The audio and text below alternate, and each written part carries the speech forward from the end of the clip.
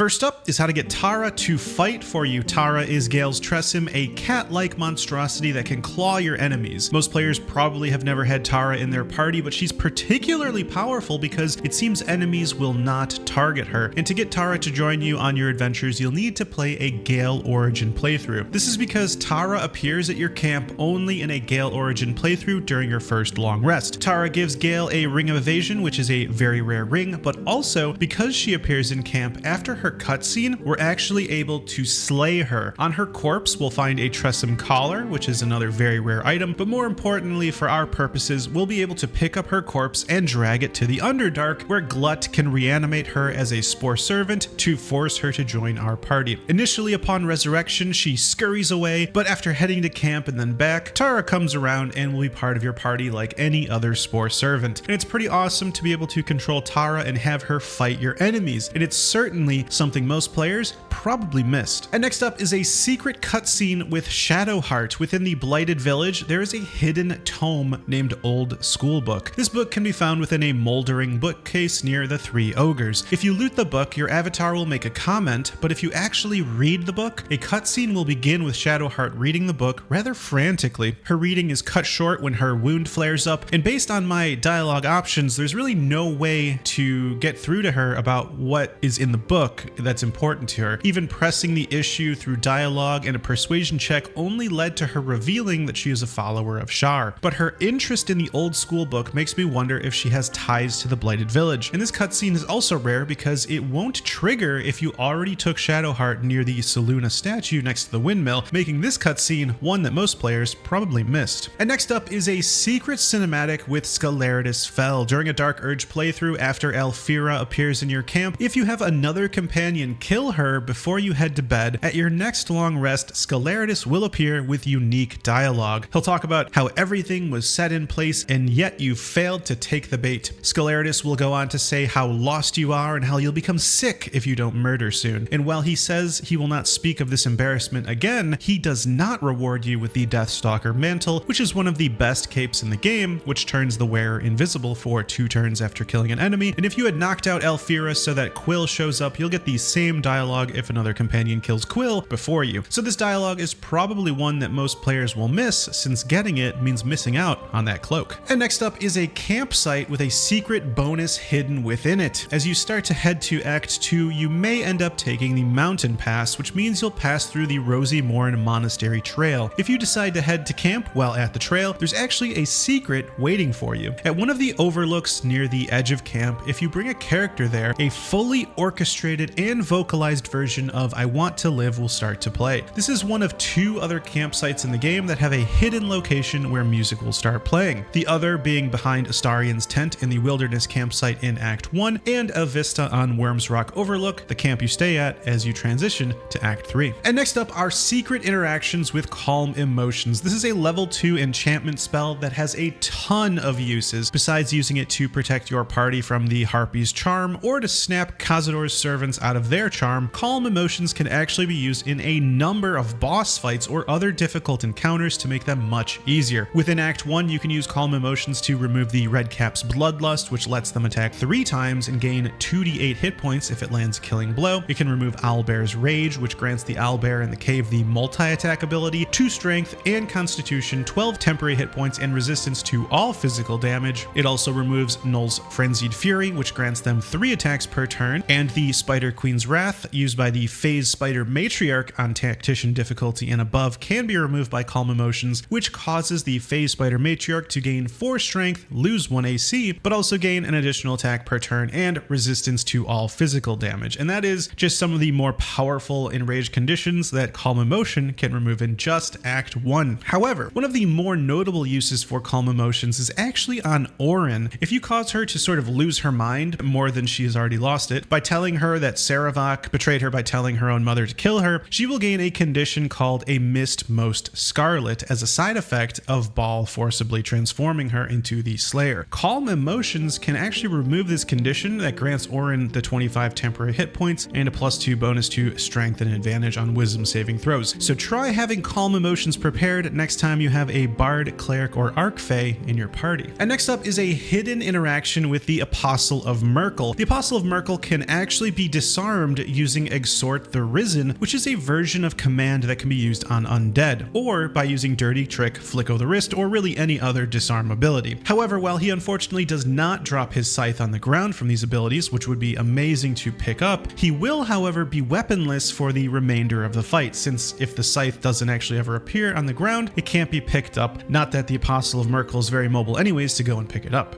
So next time you fight the Apostle of Myrkul, remember that disarming it is highly effective, and to get the Ring of Exalted Morrow, all you have to do is open the heavy chest on the Moonrise Tower's rooftop behind where you battle Ketheric Thorm the very first time. And next up is how to dramatically improve your Silver Harp Squadron in Baldur's Gate 3. In Act 3, you can summon 3 Harpers that have unlimited lightning arrows, which are quite strong. However, there is a bug, and despite the Harpers having extra attack, they will only attack once. This makes them half as good as they could be, but there is a solution. The 3 Harpers that get summoned are Nasa, Lim, and Antony, but if all 3 of these Harpers die during Act 2, you'll actually get 3 completely new Harpers when you summon them. You'll get Grenewald, Lanny, Lilith, or Aulus. All of these backup characters will be able to attack twice each turn and have unlimited lightning arrows, which is amazing. And if you were wondering if those Harpers die as well, then what? Well, you'll actually just get generic Harper archers that also have the functioning extra attack, so that actually works as well. And to be able to summon the Harper archers, all you need to do is complete Jaheira's quest, the High Harper, resolved by saving Minsk and having him join your party. And next up is an insanely rare necklace that everyone probably missed, and that's because to get it, you'll need to attack and either kill or knock out a cat in order to get it. And this is no ordinary cat, it's actually a Tressym Gale's Tressym Tara. In a non-Gale-origin playthrough, the first time we can encounter Tara is on the roof of the Open Hand Temple. There, instead of talking to Tara in order to eventually trade with her, you need to just knock her out or kill her. I tried pickpocketing, but the Tressym Collar just wasn't there, which means this is the only way to get the necklace. The amulet itself has telekinesis, which is a really fun spell to use. It can be useful for throwing Duke Ravengard towards the submersible since he has such low movement speed, or throwing your enemies off cliffs and chasms. And don't worry, you can talk to Tara the next day after knocking her out without any consequences whatsoever. But I was really surprised the only way to acquire this amulet was through violence against a cat, so I'm assuming most players probably never saw it. And next up is how to get Sarevok to cast Power Word Kill on Dolor. Now, Dolor is responsible for a number of murders in the lower city and is trying to become an unholy assassin of Baal. By competing alongside of him slaying the murder targets, you'll be approached by Ulfaith Ulm's daughter, who encourages you to kill again and will eventually give you the password to the murder tribunal. If you do this without slaying Dolor, you can encounter Dolor later within the murder tribunal. When you do, you can pass a persuasion check to convince Dolor to side with you and fight the murder tribunal. After you defeat the Death Knights at the front, Dolor will pass through the gates and fight the murder tribunal, including Sarevok. And when he does, Sarevok will simply cast Power Word Kill on Dolor, killing him instantly. It's a pretty amazing thing to watch, and I've personally never seen Sarevok cast that spell. I didn't even know he had that spell, frankly, so it's probably something that other players probably haven't seen either. And next up is how to make your pet Nimbus even stronger. One of Nimbus's strongest abilities is Umbral Tangle, but it has a baseline spell save DC of 8, which is on the lower end of things.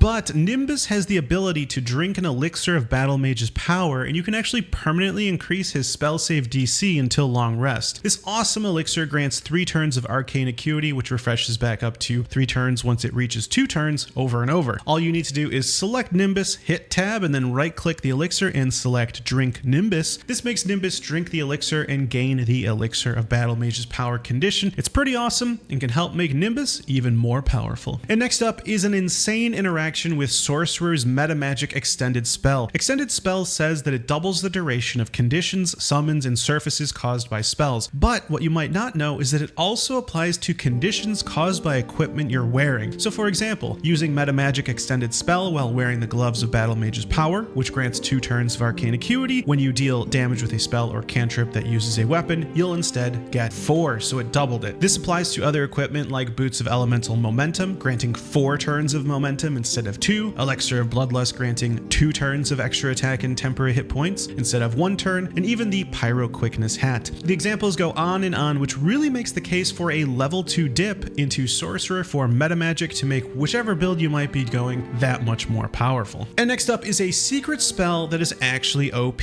One of the spells that doesn't give you a lot of information about what it does is Eye Bite. This spell requires you to put 11 levels into either Bard, Sorcerer, Warlock, or Wizard in order to unlock it. And when you try to inspect it, it really doesn't give any additional information on what it actually does. You have to actually already learn it and begin to cast it to see your options. So Eye Bite lets you cast Sleep, Fear, or Sickened once per turn for 10 turns after your first cast. This is amazing because you can keep casting these spells on different targets, and all the previous casts will actually continue their full duration of 10 turns. This is sort of the ultimate crowd control spell, allowing you to put up to 10 different enemies to sleep, 1 each turn. And since the spell description of Eye Bite is just Eye Bite, most players have probably not interacted with this spell before. And next up is a hidden item within the Secluded Cove. The Secluded Cove is an area within the Emerald Grove where you can find Myrkul down by the river. After you defeat the Harpies there, if you head directly south, you can find their nest on a small cliff that you'll need to either jump to or use a spell to get to. Once there, you can find a letter, a book, and an uncommon ring called the Ring of Color Spray. This ring allows you to cast the level 1 illusion spell Color Spray, which is decent, but most notably is how well hidden this Harpy nest is, which is why most players have probably missed this ring. And next up is a hilarious secret interaction with Sarevok. During a Dark Urge playthrough, if you embraced your urge and took out Isabel, you'll have unlocked the Slayer form. If you transform into Slayer form in front of Sarevok, instead of being treated with awe and respect like you might expect, Sarevok instead will ask what this creature is doing here. He will shoo you away and tell you to get back. You can even chase him out of the murder tribunal and he'll run away from you the entire time. It's pretty funny considering he should really know what Slayer form is, but for some reason is terrified of it.